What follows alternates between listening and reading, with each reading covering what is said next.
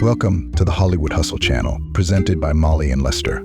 Hello, I'm Molly. And I'm Lester. And we're extremely excited to be your hosts on Hollywood Hustle. In this podcast, we'll be deep diving into Charles Lenhoff's journal, Hollywood Hustle. Welcome to the deep dive. Yeah.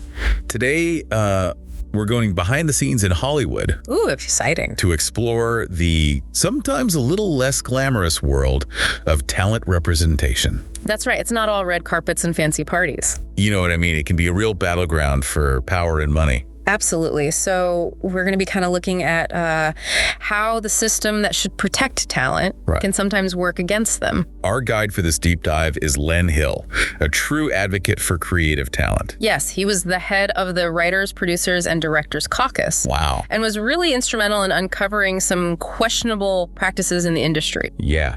He collaborated with agent Charles Lenhoff to really kind of expose the whole issue of packaging and its implications. Yes, and that's a great place to start. You know, what is packaging? Yeah, for our listeners who might not be familiar, can you give us a quick explainer? Sure.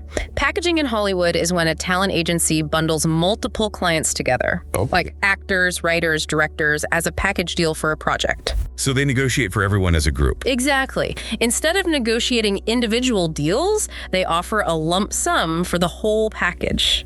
Well, that sounds pretty efficient. So what's the problem with that? On the surface, it streamlines things, but it gets kind of tricky. Okay. Because agencies that package clients, they often demand a percentage of the show's profits. On top of their regular fees. Exactly. Right. And sometimes they even become producers on the project. Really? So now the lines are blurred between representing their clients and profiting from the project. That sounds like a huge conflict of interest, like they're negotiating against themselves. Exactly. And they could be compromising their loyalty to the clients. Right. That's where Len Hill really comes in and starts calling out these practices. I've heard he has a great anecdote about Marilyn Monroe that kind of illustrates how one person's concerns can uncover these much larger industry problems. It really does. So picture this, Marilyn Monroe on a plane sitting next to Robert F. Kennedy, and she confides in him about her problems with her agency. Yeah. MCA, Music Corporation of America. Interesting. She felt really trapped, being forced into those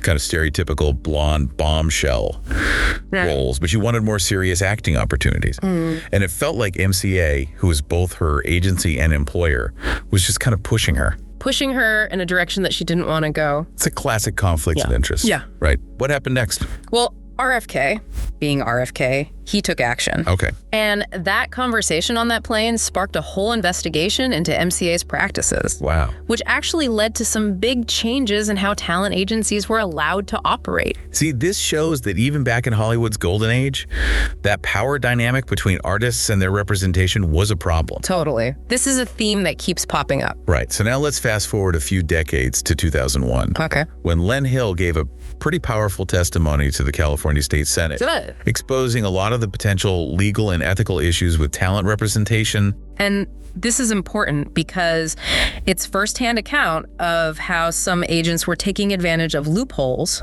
To benefit themselves, possibly at the expense of their clients. And he didn't hold back.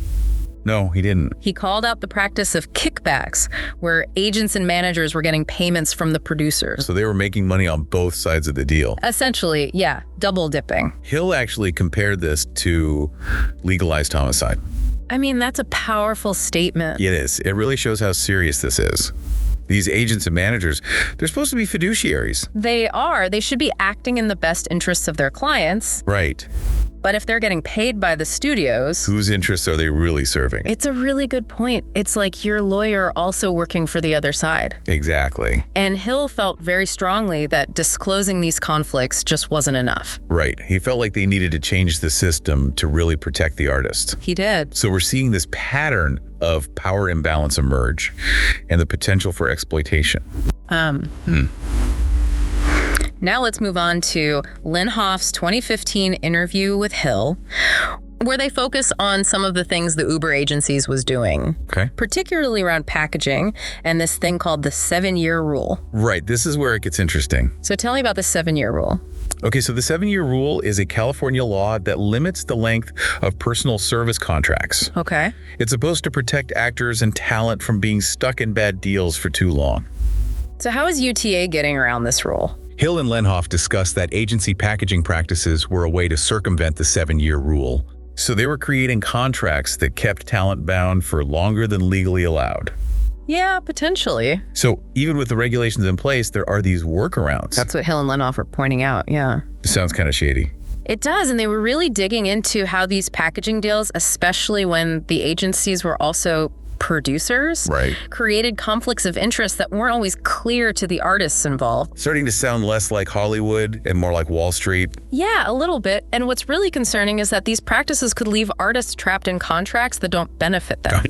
So how effective are the regulations if they can just be sidestepped like this? Right. It's like having rules, but no referee. And this brings up something Hill really emphasized, this idea of transparency. So there's this protection for writers called WGA's Exhibit N. Yes. And WGA stands for? Writers Guild of America. Okay, and what's Exhibit N? It's a provision that says writers have the right to hire an independent negotiator paid for by the agency. Wow. To help them with these packaging deals. So they have someone on their side. Yeah, making sure they understand what's going on and they're not being taken advantage of. So this safeguard was already in place, but agents weren't telling their clients about it. A lot of times they weren't, which is crazy. It is crazy. Hill felt this lack of transparency was a huge problem. Because if artists aren't even aware of their protections, how can they advocate for themselves? Exactly, and it goes back to that power dynamic again. So let's get into Hill's 2001 Senate testimony.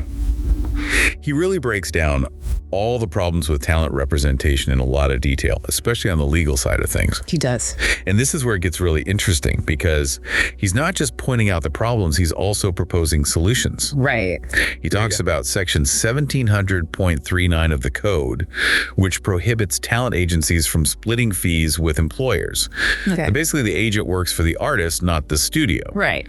But Hill says there's been a lot of gray area and misinterpretation around this section. He does. So how could a law designed to prevent conflicts of interest be misinterpreted? Help me understand this. Well, Hill explains that the labor commissioner at the time, Sigmund Ariewicz, interpreted it in a way that allowed agents to receive payments from producers. So basically saying those kickbacks we talked about earlier are okay. That was Hill's point. He said this interpretation goes against the intent of the law, which was to prevent financial entanglement between talent representatives and employers. It's mind-boggling how a clear law can be twisted like that. Yeah, and it gets worse. Hill criticized the lack of real consequences in the Talent Agency Act. Okay. He said that in 1982, some key enforcement power was taken away, making it harder to hold agents accountable. So if the law wasn't being enforced and there were no penalties, how could artists be protected? Good question. He felt the California Entertainment Commission, which was supposed to oversee the industry, was mostly made up of agents and managers. So a clear conflict of interest. It sounds like he saw the whole system as rigged against the very people it was supposed to protect. He did, and he argued for stricter regulations. He wanted the labor commissioner to have more power. To actually do something. Yeah, like impose fines or even criminal charges to stop bad behavior. Wow, he wasn't messing around? Nope. He didn't think they could police themselves. What else did he suggest? One of his more radical ideas was that agents and managers who wanted to be producers should have to give up their license to represent talent completely. That's pretty extreme.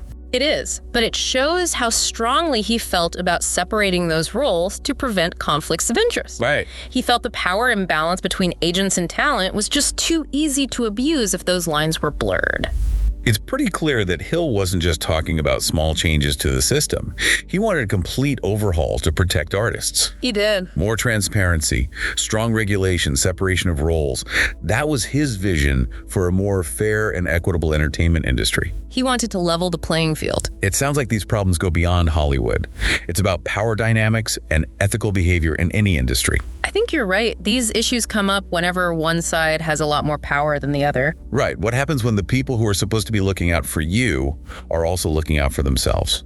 Add that Len Hill put a spotlight on how the agencies sidestepped the 7-year rule limitations on representing artists by getting big fat packaging fees from the networks and studios. Len argued that those fees were in perpetuity and that the agencies were suspending their primary fiduciary obligations to the clients they were supposedly representing as agencies went after the big fat packaging fee from the studios. And a lot of times agencies double-dipped by also commissioning their clients. Really? Yes, and in closing this episode of Deep Dive, let us remember Len Hill work and pointing Lenhoff in the right direction towards uncovering the crime of the century in Hollywood. And we share with you a Taylor Swift quote. "The cool thing about reading is that when you read a short story or you read something that takes your mind and expands where your thoughts can go, that's powerful. So please buy Lenhoff's book and read it." That wraps up this episode.